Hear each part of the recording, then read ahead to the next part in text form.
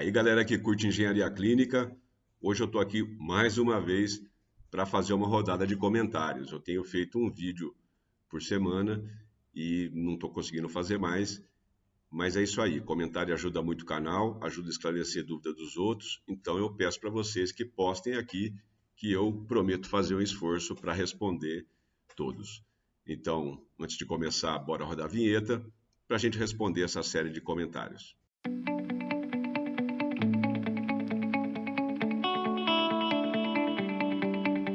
Primeiro comentário aqui da Marta Simas, já comentei sobre ela, tem um canal Entrevistas Inteligentes, e ela está mandando um salve para a gente aqui, muito interessante, parabéns pelo conteúdo, que foi a história da evolução dos equipamentos, que o Renato Dimenstein, que é físico médico, está se propondo aqui a aprofundar um pouco mais a discussão para preparar melhor nós, profissionais da engenharia clínica, para mantermos uma relação técnica profissional produtiva junto com os físicos médicos. Hoje, inclusive, a gente vai gravar mais uma aula, vamos falar sobre resolução de imagem e vários outros temas, então se prepara, deve entrar no ar semana que vem. Então, Marta, valeu, um abraço. O próximo aqui vem de um vídeo que a gente fez sobre resposta e comentário, Pablo Almeida, dizendo o seguinte: professor, obrigado pela lembrança aos comentários, realmente o vídeo com o Jorge foi nota 1000, informações super úteis para nortear as ações e interfaces. Novamente, conteúdo de ouro. Então, o Jorge Herbert é um engenheiro muito experiente, além de ser engenheiro, ele é administrador, e nós estamos bolando aqui uma forma de aproveitar os ensinamentos do Peter Drucker e adaptar para a gente colocar para os engenheiros clínicos aqui melhorarem o seu performance na parte administrativa, que é igualmente importante aos conhecimentos da parte técnica. Então, Pablo, brigadão aí e continua com a gente. Um abração. O próximo aqui é um textão do Everton, né? O Everton sempre contribui com a gente. Eu tinha sugerido para ele criar um grupo no Telegram, mas ele está dizendo que o WhatsApp deve abrir aí o número a possibilidade de aumentar, né, o número de participantes no WhatsApp. E ele está sugerindo aqui, eu também acho super ótima, super válida essa ideia de que a gente crie grupos no WhatsApp especializados, um grupo de hemodiálise, de raio-x, aparelho de anestesia, e que o pessoal se mantenha no tema, né? Então tem muita gente que manda propaganda. Propaganda é importante? Cria um grupo de vendas, de compras. Isso tudo ajuda muito a gente focar nas coisas, né? Então tem grupos, né, que são mais bem gerenciados, né? O Everton toca um grupo de autoclaves, ele gerencia ali fortemente, então segue a sugestão dele aí. Com relação ao técnico de enfermagem, que eu comentei que a gente precisa de profissionais da enfermagem que desenvolvam gosto pela engenharia clínica, né? E ele está apoiando a ideia aqui, dizendo que há mercado para o técnico de enfermagem, aquele que gostar de equipamento, né? É um caminho um pouco diferente, mas está dentro da mesma área dos técnicos de enfermagem e vai ajudar muito a gente. E está dando a dica de que as normas, hoje você pode comprar normas, né? Você assina lá um streaming, e você não gasta muito e você tem acesso às normas, embora você não possa baixar e imprimir, mas é muito útil. E aí ele faz uma crítica aos testes de segurança elétrica, uma coisa que eu tenho batido, martelado nisso, né? Eu tenho 35 anos de evolução de segurança elétrica nos equipamentos eletromédicos, mas não adianta também, né, você fazer teste de segurança elétrica se você não corrige a infraestrutura. Lembrar que os equipamentos de infraestrutura também são objetos da RDC 509, sua gestão deve ser planejada e gerenciada. E ele diz aqui que é muito raro, ele como já disse, é técnico engenheiro, como técnico ele acompanha os testes de segurança elétrica e raramente passa, né? E aí você libera um equipamento que é seguro eletricamente para ligar numa instalação elétrica que não é segura eletricamente. Então fica aí a recomendação do Everton. E Everton, ano que vem, vamos fazer aquele bate-papo, beleza? Então, bora lá, vamos ver o próximo. Aqui a gente fazendo um vídeo, né, sobre o coração, porque a gente precisa de entender anatomia, fisiologia. Mesmo os artífices, que são os profissionais da elétrica, da mecânica, da pintura, marcenaria, é importante que a gente desenvolva uma noção, um autoconhecimento do nosso corpo. Tudo isso ajuda a manter a gente mais saudável, né? E o Alberto Landim, que também fez um bate-papo com a gente, ele que é matemático, físico, mostrou aí como que foi a história dele, como é que ele entrou na área, como é que foi o tempo de hospital, como é que foi o tempo dele na agora, né? Agora ele está na indústria. Ele mudou de ambiente de trabalho. Antes ele ficava no hospital, agora ele está na indústria. Então é importante você seguir esse bate-papo para entender melhor os caminhos da engenharia clínica ao longo da profissão. Então, Alberto, abração aí e a gente precisa se encontrar de novo lá naquele lugar lá que a gente se encontra de vez em quando. Um abraço. Esse aqui sobre válvula reguladora de pressão, Luiz Roberto, muito bom o vídeo. Gostaria de ver um vídeo sobre manutenção do cilindro de precisão, pois tenho visto muitos problemas com vazamento e não tenho como resolver. Roberto, a manutenção é basicamente ali, praticamente quase que não existe, né? Então, é verificar vazamento na válvula, basicamente depende do gás. Essa questão de vazamento é muito importante no hélio gasoso que a gente usa no balão intraórtico, porque a molécula do hélio ela é muito pequena. Então, como eu tenho um balão dentro da minha artéria, insuflando e desinsuflando com hélio, se o balão estourar, esse hélio não vai criar êmbolos, não vai criar bolhas de hélio, vai acabar entupindo uma artéria, uma arteríola, e deixar de suprir de oxigênio algum tecido. Então ele acaba vazando pelos poros e o hélio, eu não sei que cilindro que é esse, se for de hélio, né, possivelmente o que você vai ter que fazer é trocar a válvula, porque a molécula dele é muito pequena e vaza mesmo. E às vezes você não gerencia isso direito, não tem como gerenciar isso direito, você pensa ali que o balão intraórtico não é muito utilizado. Em hospitais que atende paciente cardiopata, você usa com mais frequência. Então, você gerenciar seu estoque direito, porque às vezes o dia que você precisar do gás, ele pode não estar lá, porque ele vazou simplesmente. Então, conta para nós aí, Luiz Roberto, que tipo de gás que você está falando, né? E aqui talvez a gente possa ajudar você um pouco mais, beleza? Então, valeu, Roberto. Um abraço. Aqui o Ricardo Luiz Conte, muito obrigado pela resposta, entendi perfeitamente, sigam com esse trabalho excelente. Abraços. É uma resposta, eu não lembro agora exatamente qual foi a dúvida do Ricardo, não pude verificar, mas tem aqui uma série de dúvidas, né, de comentários que a gente fez aqui, são 18 dúvidas e comentários, que o Roberto está agradecendo. Obrigado você, Ricardo, por dar esse feedback, fico feliz aí de ter conseguido ajudar você na sua dúvida. E aqui, fiscalização sobre o CREA. A gente fez um bate-papo com o Rodolfo Mori, que foi presidente da Beclin por 2 vezes, foi secretário da Beclin 2 vezes, foi conselheiro do CREA e o Chico está colocando aqui uma dúvida. Na contratação de uma empresa prestadora de serviço de manutenção de ventiladores pulmonares, por exemplo, por se tratar de um contrato anual e com possíveis renovações, quando será necessário que essa empresa apresente as ART para a contratante? No início e no final do contrato? Após cada manutenção? Ou anualmente essas ARTs podem ser renovadas? Bom, é o seguinte, a ART ela tem um contrato, ela é feita sobre o contrato. O contrato tem começo e um fim, porque você faz a ART no começo do contrato. Depois, se for registrar ela, vai ter uma multa. Então, terminou o contrato, você pega uma declaração do seu cliente de que o serviço foi feito e vai do CREA, pede para dar baixa na RT e isso entra no seu histórico. Agora, essa pergunta é muito interessante, Chico, porque é o seguinte, tem alguns caras, né, que frequentemente fazem serviços no hospital, né? Às vezes faz um serviço lá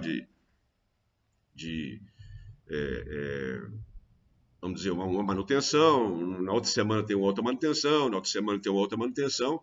Então, eu não sei o detalhe, podemos perguntar para o Mori de novo, fazer um novo bate-papo com ele, para esclarecer esse tipo de dúvida, mas existe um tipo de RT mútua, se não me engano, que ela tem um valor muito menor para exatamente esses casos. Então, meu amigo, o melhor que você pode fazer, entre em contato com o CREA por e-mail, eles respondem. Pode demorar um pouquinho, você é mais rápido, mas eles vão te responder. E é uma fonte mais segura, né? Porque a gente aqui no canal não tem condição de checar todos esses detalhes que impactam numa resposta. Mas eu sei que são valores muito menores e você pode ser beneficiado com isso. Agora, terminou o contrato, vai ter que, no meu entendimento, vai ter que fazer uma outra RT, mesmo que se renove ele por mais um ano. Ok? Então, vou levar essa para o Mori aqui, para ele ajudar a gente. Valeu, Chico. E aí, no mesmo vídeo que a gente fez, o Chico está dando aqui o excelente, né? O Álvaro Panoni, pena hoje termos a indústria da saúde. Tem esse fato também, né? Não é só a indústria da saúde, a indústria do equipamento médico também. O dinheiro sempre fala mais alto. A gente teve uma palestra do Ang a semana passada, que ele veio para o Brasil para comemorar os 40 anos do Centro de Engenharia Biomédica, e tem essa questão do reparo, né? O direito de reparar. Muitos países estão lutando pelo direito de reparar os equipamentos médicos. E hoje o fabricante não tem muito interesse nesse tipo de coisa. Ele prefere até vender equipamentos do que ficar ensinando a gente a reparar. Beleza, Álvaro? Tem esse fato sim. A gente tem que, enquanto sociedade, né, cidadãos, a gente tem que se preocupar com isso aí e tentar melhorar isso. Procura aí The Right to Repair, o direito de reparar. Comece a entender um pouco mais sobre esse assunto, que vai dar pano para manga no futuro aí. Inclusive, nós estamos na semana do Congresso Brasileiro de Engenharia Biomédica, o Congresso Latino-Americano de Engenharia Biomédica, e o Ang fez uma palestra também sobre o direito de reparar, e está, vamos dizer assim, vários países, Canadá, enfim, estão discutindo essa questão, né? Às vezes você precisa de fazer uma intervenção mínima para manter o equipamento funcionando, mas você não tem documentação para fazer isso. Está aqui o Mori dando um salve, ele gostou do bate-papo, vamos fazer mais, Mori. O Márcio Silva, né? O único que perdeu o registro foi o Sérgio Naia, esse aqui eu pesquisei, não foi, viu, Márcio? Procura aí. Eu procurei, Sérgio Naia perdeu o registro do CREA, tem vários outros caras que perderam o registro e perde mesmo, tá? Aí o Nós Seremos, que também sempre está por aqui, está dizendo vídeo top, resta agora todos os CREAs realizarem essas fiscalizações. Eles estão realizando, beleza, Nós Seremos? Só você procurar aí e você vai ver que os vários estados estão fazendo e espero aí que talvez ano que vem a gente tenha um resumão dos resultados dessas fiscalizações. Lembrando, né, como o Mori disse, a fiscalização não tem caráter punitivo, é uma fiscalização administrativa, e o objetivo do CREA realmente não é investigar se você está prestando o serviço bem ou não. Tem verifica o processo administrativo, se os hospitais estão, e as empresas e os profissionais estão cumprindo com isso. Valeu, nós seremos. Lúcio, você é o cara, mano. Beleza, estou tentando aí, tem uma turma aí que gosta de engenharia clínica também, uma turma muito boa, e tem mais gente aí interessado nisso. Valeu, nós seremos. O Valdemar Carvalho está dizendo aqui, também foi no mesmo comentário, no mesmo vídeo, né, sobre o CREA, sou professor, sou engenheiro de produção. Na resolução de produção, as atribuições são de 1 a 18 da resolução 218, onde fala que pode ser produção, e o produto final, nessas atividades, fala de gerenciamento de equipe técnica. Minha dúvida é, então posso assinar como responsável técnico em uma empresa de locação de equipamentos, monitores, ventiladores, eletro, etc., equipamentos médicos? Pelo que eu entendi da conversa com o Mori, você pode, é uma RT de cargo ou função, né? E é interessante assim, que às vezes para você blindar uma situação, você precisa de outras RTs, por exemplo, ou dos técnicos, né? O técnico de manutenção de equipamento biomédico, ele também tem o Conselho Federal dos Técnicos, tem um documento de responsabilidade técnica. O que importa é você ir construindo essa blindagem da empresa também, para a empresa não ser responsabilizada por uma coisa que ela deveria fazer. E aqui, de novo, eu insisto, viu, Valdemar? Entra no CREA da sua região, eles têm lá a forma de você fazer a comunicação, formular a sua pergunta, você vai receber um número de protocolo e eles vão te responder e você vai usar essa resposta para organizar a sua empresa. Lembra? Engenheiros, tecnólogos e técnicos. Os engenheiros e os tecnólogos estão juntos no CREA. E os técnicos saíram e foram para criar o seu Conselho Federal e tem umas regras específicas, mas também tem a responsabilidade técnica da mesma forma que os engenheiros, tá? Então, no seu caso, pelo que eu entendi, seria uma RT de cargo ou função. Nós teremos aí, ele faz no mesmo sequência de comentários, ele diz aqui, sistema CREA-CONFEA precisa de uma reformulação urgente. Aqui onde moro, engenheiros veteranos e que têm contatos dentro do CREA e prefeitura aprovam projetos absurdamente cheios de erros grotescos. Mas se o engenheiro mais novo e sem contatos, eles ficam segurando os projetos, colocam obstáculos para demorar a aprovação, prejudicando o profissional. Outra falha são as fiscalizações. Fecham os olhos para não prejudicar prefeitos. Absurdo. CREA tinha que ter fiscalização ostensiva, viatura nas ruas, dinheiro tem de sobra. Por isso, sair da profissão. CREA precisa ser reformulado já. Essa é uma questão, porque assim, uma coisa é fiscalizar o exercício da profissão, a questão administrativa. Como o Rodolfo deixou claro, o CREA não vai verificar se o projeto está adequado ou não. Quem vai verificar são os organismos estaduais, por exemplo. Você vai fazer uma ampliação de um hospital. Quem que vai? Aqui em São Paulo, quem faz a fiscalização da alta complexidade é a Secretaria de Estado de Saúde. Então, o projeto tem que passar por lá. Ele é que vai verificar se o projeto está ok ou não.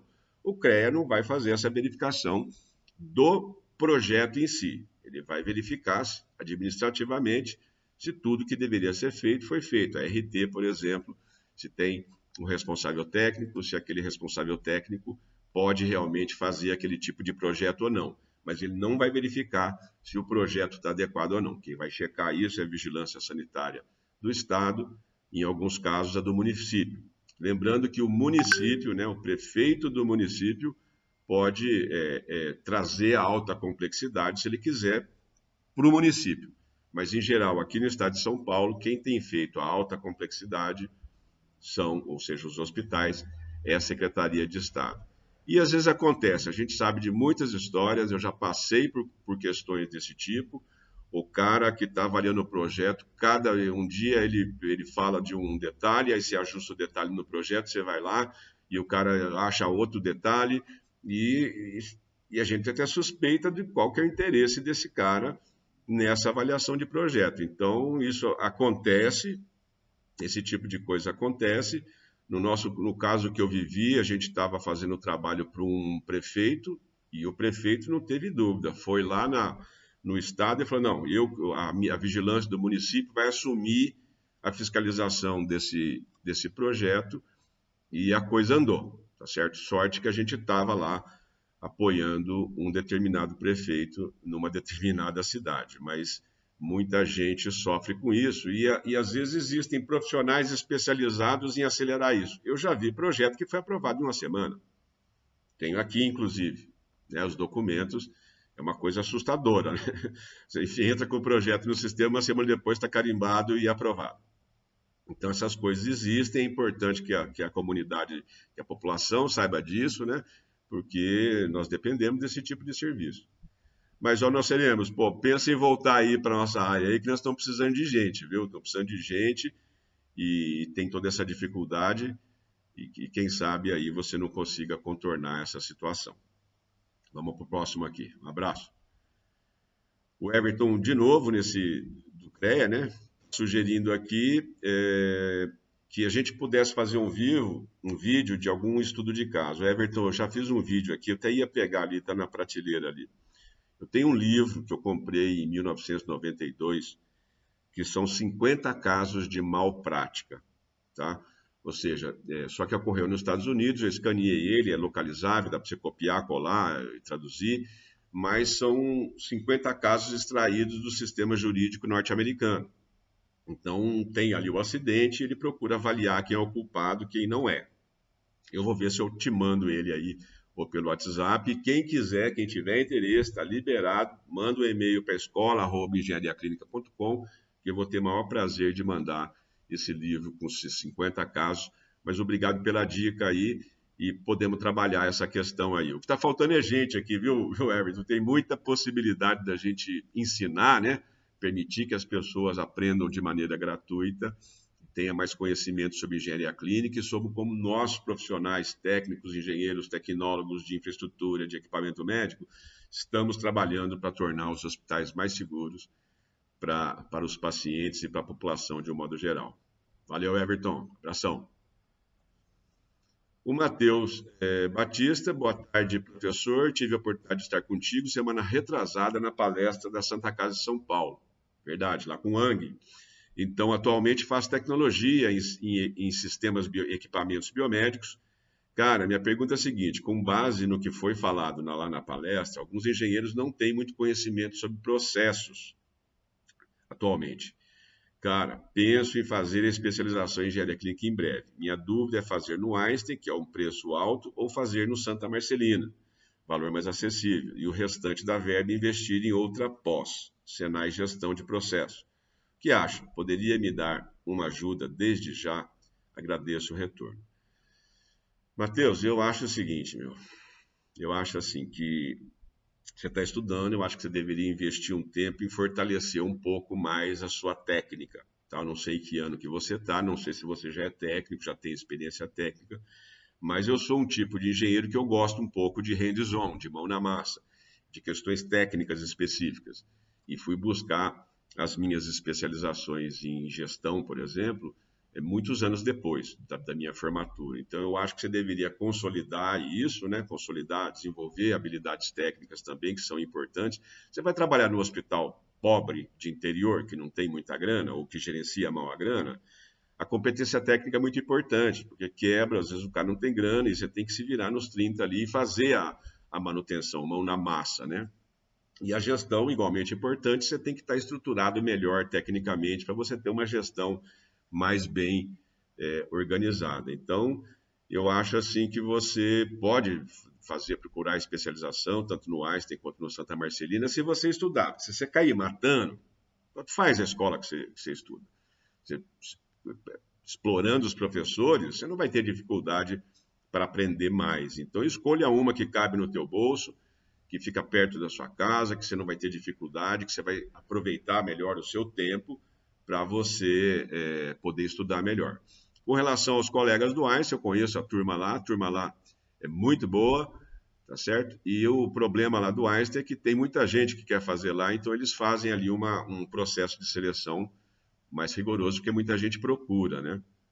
Então, os dois são super válidos, no meu ponto de vista, desde que você esteja afim de meter bala no negócio e estudar mesmo e ir para frente. Eu acho que é muito bom, conheço vários tecnólogos que fizeram especialização em engenharia clínica e é uma opção. E uma outra coisa que você pode pensar também é em complementar o seu curso de tecnologia fazendo uma outra engenharia. Beleza, Matheus?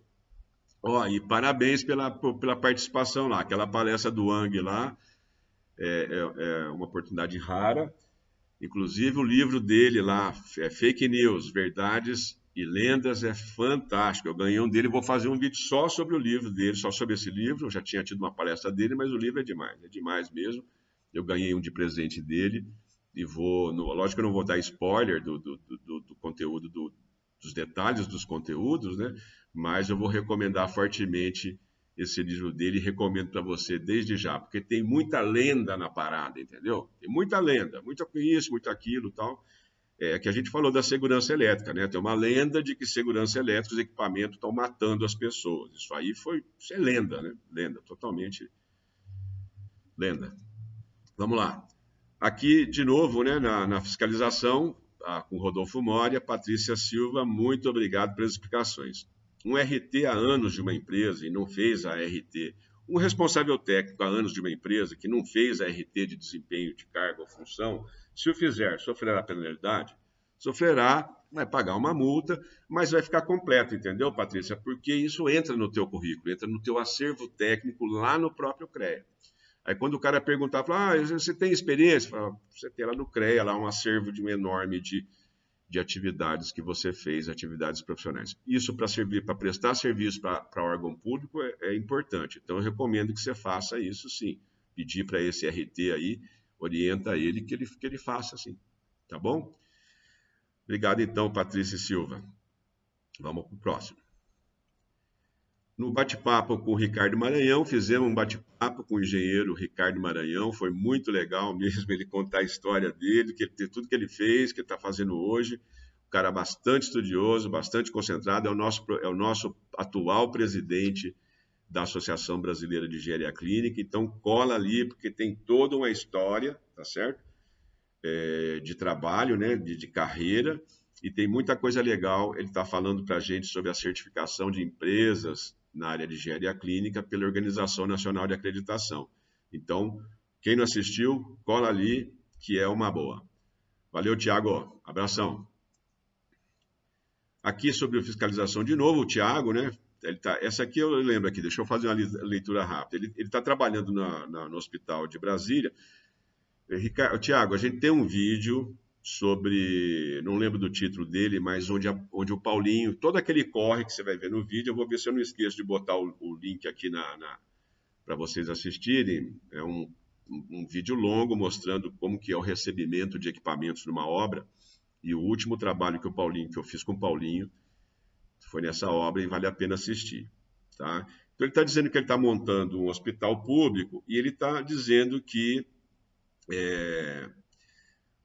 vê muitas irregularidades nos diâmetros das bitolas, falta de válvulas na entrada da sala.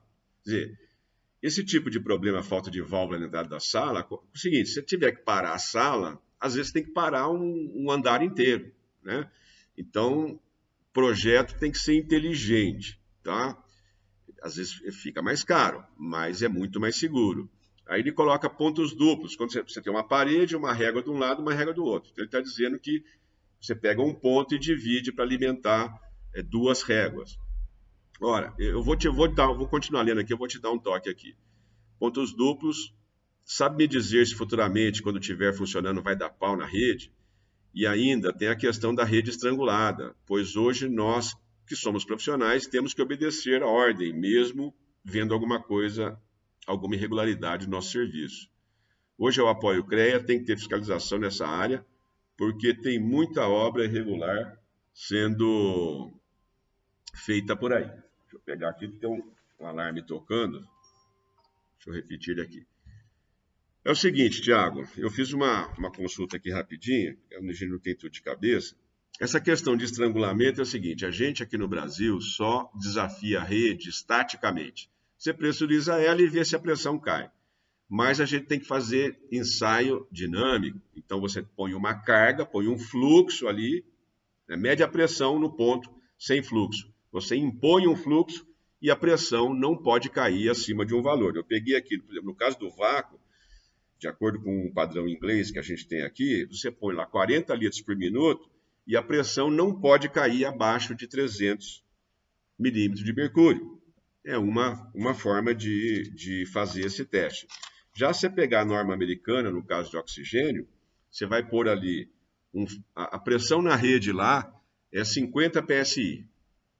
Okay? Então você vai pegar o ponto e impor um fluxo de 100 litros por minuto, a pressão não pode cair mais do que 5 psi. Lembrando que 50 psi é 3,5 kgf por centímetro quadrado ou 345 kPa. Então é isso. O dia que der pau, se der pau o dia, aí você vai atrás. Aí não é o CREA, é uma investigação, enfim, perícia, tudo mais, que vai determinar se aquele projeto foi bem feito. E você, como executor, você não pode alterar o projeto. Você tem que executar como foi feito. Você não vai ser responsabilizado por executar um projeto que foi feito de maneira errada. Então, assim, um projeta, um executa e o outro comissiona. Se na hora de receber, de comissionar, der algum erro, ele vai descobrir se foi erro de instalação ou se foi erro de projeto. E o dia que der um problema grave, quem vai responder é quem projetou. Beleza? Então, rede a gente desafia dinamicamente também. E a nossa norma, NBR 12188, infelizmente ainda não alcançou esse nível de orientação. Tá ok? Bora lá, então. E aí o Tiago continua aqui. Ele está dizendo a mesma coisa, né? Tem uma dúvida em relação à montagem da rede medicinal. Sou montador e encanador e minha dúvida é em relação à montagem dos pontos de leite de distribuição, dos pontos na régua. A empresa que presta serviço, ela me obriga a instalar pontos. Ele está dizendo o seguinte, que a empresa está obrigando ele a instalar um ponto alimentando duas réguas. A gente faz isso na elétrica, você leva até no quadro e dali você pega aquele ponto do quadro e você alimenta várias tomadas. E isso Beleza, pode fazer, em princípio. O que não pode é, no desafio dinâmico da rede, o ponto não passar. Então tem que passar. E ele está ressaltando aqui que o diâmetro do vácuo fino, principalmente a rede de vácuo. E o vácuo é pior, né? Porque a pressão já é baixa. O máximo ali que você vai ter é menos 1 atm, em condições super ideais, né? E aí foi o que eu falei ali. No caso do vácuo, deixa eu pegar aqui. Você vai impor ali 40 litros por minuto, no caso contrário, sugar 40 litros por minuto e a pressão não pode cair, da rede não pode cair abaixo de 300 milímetros de mercúrio. Beleza? Então, um projeta, um instala, outro comissiona. Cada um na sua. Se der errado no comissionamento, a gente vai discutir se foi erro de instalação ou se foi erro de projeto. E aí, quem errou aí vai ter que corrigir o que foi feito. E a gente só espera que isso não gere nenhum dano, ou seja, um acidente que envolva algum dano. Gabriel Faria, também nesse vídeo sobre fiscalização. Boa tarde, professor. Acabei de conhecer seu canal. Sou formado em sistemas de informação e trabalho há 4 anos com tecnologia voltada para laboratórios de análises clínicas. Atualmente trabalho como analista de implantação de sistemas laboratoriais. Tenho experiência com o uso e configuração de diversos analisadores e equipamentos que são usados nos laboratórios. Comecei a ter uma enorme curiosidade sobre esses equipamentos e seu funcionamento. Descobri o CST em sistemas biomédicos e estou a cada dia que passa mais apaixonado pela área, né? Pois é, Gabriel. Esse conhecimento que você tem, né, que você estudou sistemas de informação, é muito importante. Não tem um raio de um equipamento que não tem um computador lá dentro dele, independente do tamanho. Hoje os equipamentos são configurados, podem ser configurados em redes, imagens médicas, todos eles têm essa capacidade. Então esse conhecimento seu é fundamental. Então se você está gostando do negócio, e eu recomendo, por exemplo, tem um livro que eu recomendei nesse vídeo que você está falando, aquele de manutenção de equipamentos de laboratório da Organização Mundial de Saúde. Eu acho que para você ficar mais fera nisso aí, se você quiser entender o equipamento, por exemplo, aparelho de gasometria arterial, o que ele faz? Ele vai medir o pH do sangue, a pressão parcial de oxigênio no sangue arterial e a pressão parcial de gás carbônico no sangue arterial. Tudo isso é parâmetro para corrigir, por exemplo, acidose ou alcalose, alcalose compensada respiratoriamente ou metabolicamente. Então, recomendo que você comece a invadir esses equipamentos e entender por que eu estou precisando de fazer esse exame. O que o equipamento faz? Uma centrífuga, qual que é a importância da velocidade de rotação da centrífuga na centrifugação dos elementos que estão dentro do sangue, né? Glóbulo branco, glóbulo vermelho, centrífuga de microhematócrito.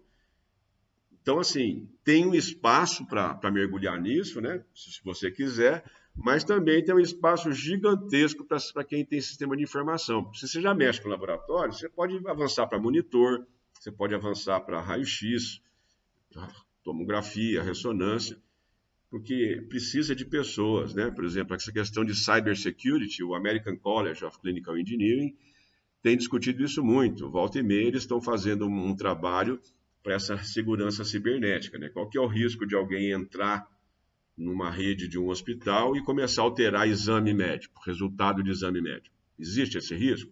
Existe. Existe profissional fazendo isso no Brasil? Muito poucos. Então, você tem aí uma grande possibilidade de seguir na carreira e se aprofundar mais isso, né? Cola lá nos colegas de fora, porque eles estão mais discutindo essa coisa de uma forma mais avançada. E parabéns pela sua profissão e pelo seu gosto aí. Prega fogo, que eu acho que vale a pena. Cada vez mais vai precisar de profissionais como você. Tenha certeza disso.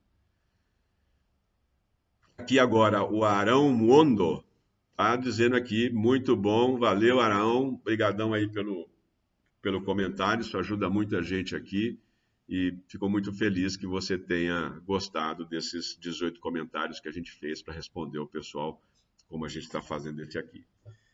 Agora aqui, a gente fez um vídeo, né, com o engenheiro Walter Lenzi, que é o responsável pela ASHRAE, que é a Sociedade Americana, American Society for Heating, Refrigeration and Air Conditioning Engineering. Então tem um capítulo, ele fez um bate-papo aqui para mostrar, gente, quem é estudante, faz um grupo da sua escola, faz contato com a ASHRAE.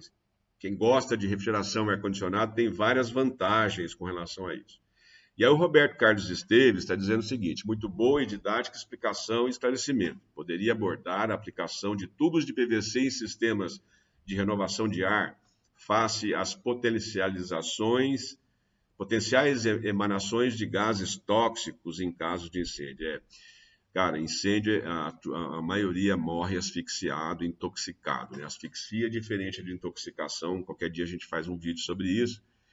Mas, Roberto, a minha experiência com isso é que as tubulações de extração de fumaça, elas têm um perfil diferente. Por exemplo, aqui a nossa norma brasileira pede que as tubulações de climatização sejam tubos TDC flangeados, né? São tubos que você tem uma flange e você fixa eles com uma borrachinha de vedação, é um sistema especial. Já a extração de fumaça é só ventilação, que é basicamente exaustão. Então, elas são feitas de chapas galvanizadas, mas são chapas mais grossas para resistirem ao fogo. Então, o PVC, nesse caso, não rola.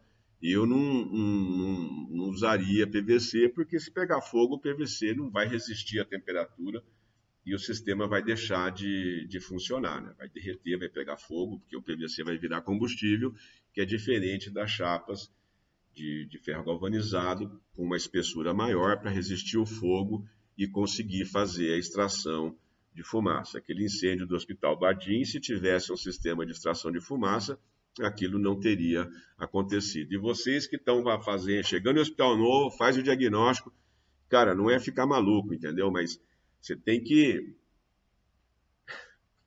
pensar, né? E se o desastre ocorrer, né? Você entra no hospital, fica só lá no ar-condicionado, sentado na cadeira, não vai ver as fontes de risco, os mecanismos de ação, pode ser muito prejudicial para você, para o seu hospital e principalmente para os pacientes. Beleza? Então, reveja aí extração de fumaça e o PVC eu não recomendo não. Em princípio, não recomendo. Valeu, Roberto Carlos. Um abraço e vamos para o próximo. A fiscalização de hospitais pelo CREA. De novo, Rodolfo Silva. Boa tarde, Lúcio, meu esclarecedor. Me interessava demais a sua opinião sobre a maioria dos hospitais que, quando muito, tem apenas um engenheiro. Gostei da explanação sobre o assunto que inicia aos 20 minutos. Rodolfo, eu não tive tempo de ir lá ver o que a gente falou nos 20 minutos, mas, cara, hospital com um engenheiro é difícil, né, cara? Uma andorinha só não faz verão, né? A gente precisa de equipe. A engenharia trabalha em equipe, a medicina trabalha em equipe, todos nós trabalhamos em equipe, né? Então, como no hospital, você tem os equipamentos de apoio, os equipamentos de infraestrutura e equipamento médico assistencial, você precisa de estruturar esse engenheiro vai precisar de estruturar essa sequência, essa cadeia de responsabilidade técnica.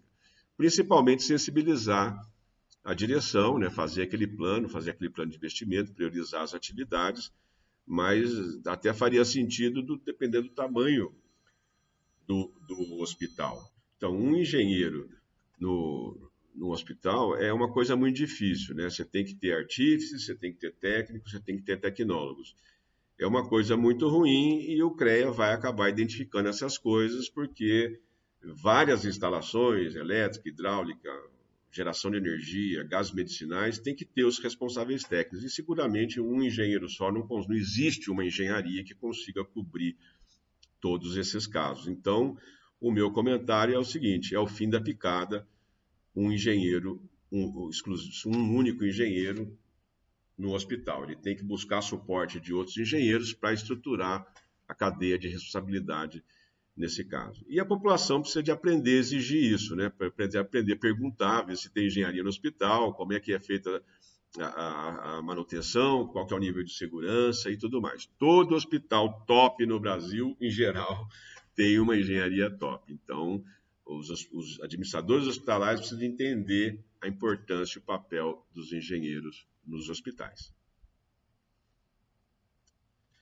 Aqui o livro, né? A gente fez um vídeo, tem um livro da OMS, Organização Mundial de Saúde, que é gratuito, e, o Wonder Trader, o que eu preciso para abrir uma empresa de manutenção laboratorial? Wander, primeira coisa, você precisa de conhecimento, por isso que é importante esse livro, tem que ter conhecimento. E aí, você vai ver se a sua empresa, o que ela quer fazer. O Mori falou lá no vídeo sobre, sobre fiscalização do CREA. Assiste o vídeo sobre fiscalização do CREA que você vai entender. Então, dependendo do tipo de equipamento que você vai consertar, vai ser o tipo, começa pela responsabilidade técnica. E aí vem os equipamentos que você vai precisar para avaliar o desempenho daquele equipamento. Uma coisa o equipamento está funcionando, outra coisa ele estar desempenhando o quanto deveria desempenhar. Então, assim, a primeira coisa é o objeto social. O que essa empresa de manutenção vai fazer? Manutenção de qual aparelho que ele vai fazer? Contador de células, analisador bioquímico, fotômetro de chama. Então, dependendo do tipo de equipamento, ele vai mandar um tipo de responsabilidade técnica. E dependendo do tipo de equipamento, vem toda a documentação técnica que você vai precisar de ter acesso e todos os equipamentos que você vai precisar de ter para testar esse aparelho, né?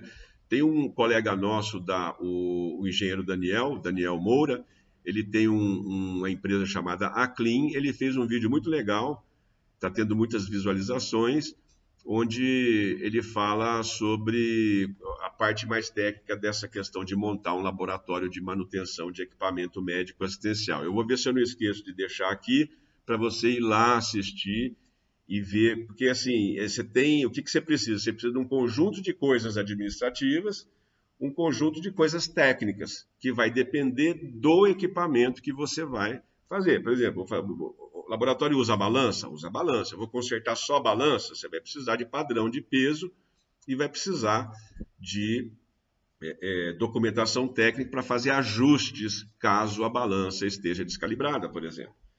Então, foca nesse livro da OMS, assiste o vídeo de fiscalização e assiste o vídeo lá do nosso colega engenheiro Daniel Moura, no canal dele da Aclean, que eu não vou ver se eu não esqueço de deixar o link aqui. Se eu não deixar, você me cobra aí, por favor. Sobre a fiscalização, o Dr.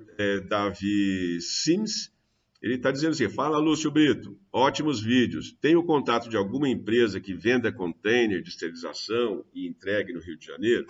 Doutor, é o seguinte, aí no Rio de Janeiro tem esses containers, tá? Depende do volume da sua autoclave, depende do tamanho do container, do que você quer armazenar. Então, eu preciso de mais detalhes para poder te ajudar. Eu vou te dar uma sugestão aqui, você pegar no site da hospitalar.com, tem várias empresas cadastradas, tem um outro site que é a Medical Expo, que você põe lá containers, é www.medicalexpo.com, e ali você põe containers, ele vai trazer no Brasil todas as empresas que estão cadastradas com vários tipos de containers.